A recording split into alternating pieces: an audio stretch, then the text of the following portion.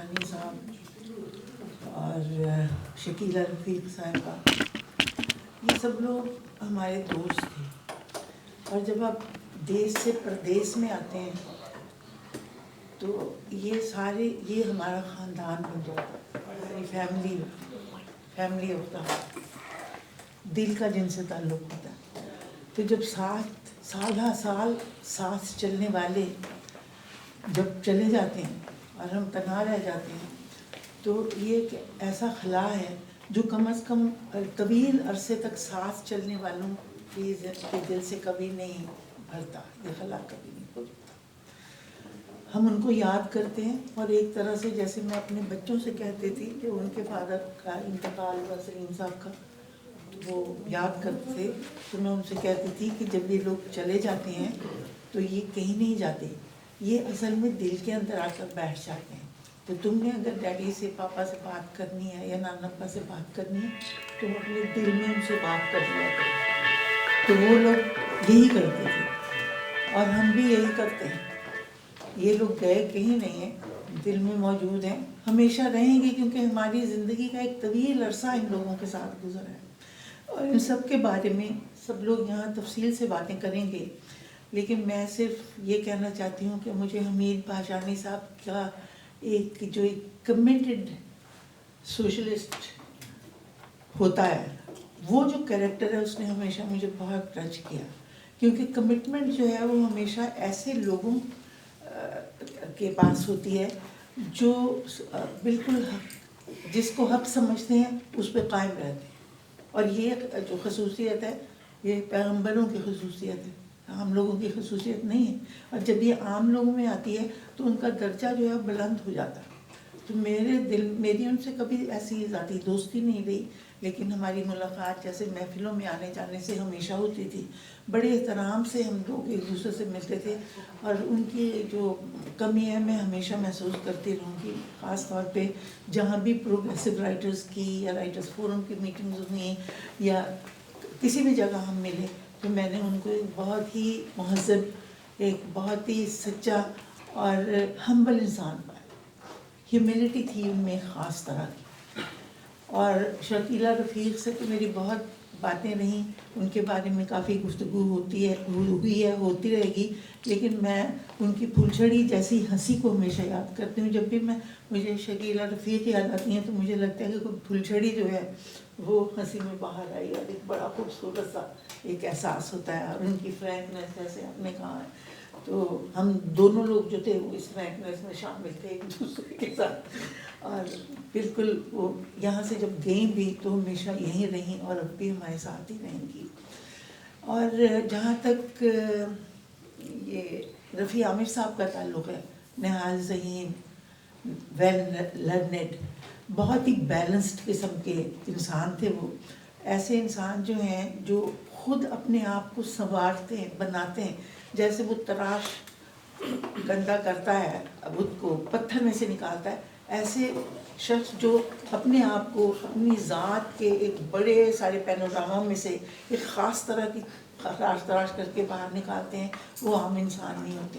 ان کی بہت دوستی تھی ڈاکٹر صاحب کے ساتھ، اور اکثر اور یہ دوستی بھی یہ مضامین جو چھپتے رہے اور ای میلز وغیرہ پہ اور نیٹ ورکس پہ ایسے تھی، اور ان لوگوں کا ہر وقت ایک دوسرے کے ساتھ کنیکشن رہتا تھا.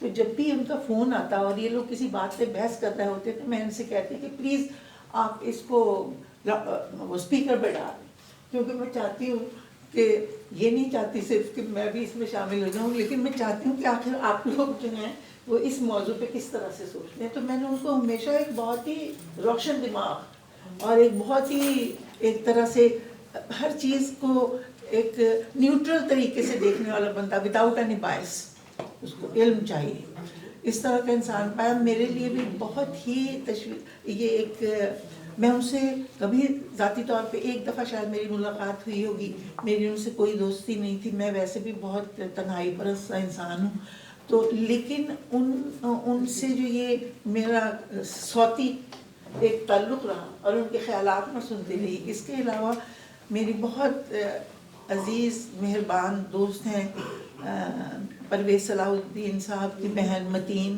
اور خود پرویز صلاح الدین کے حوالے سے مطلب یہ بہت مجھے ان کی کمی محسوس ہوتی ہے، حالانکہ وہ میری زندگی کے شب و روز میں کہیں بھی نہیں تھے، لیکن وہ تھے.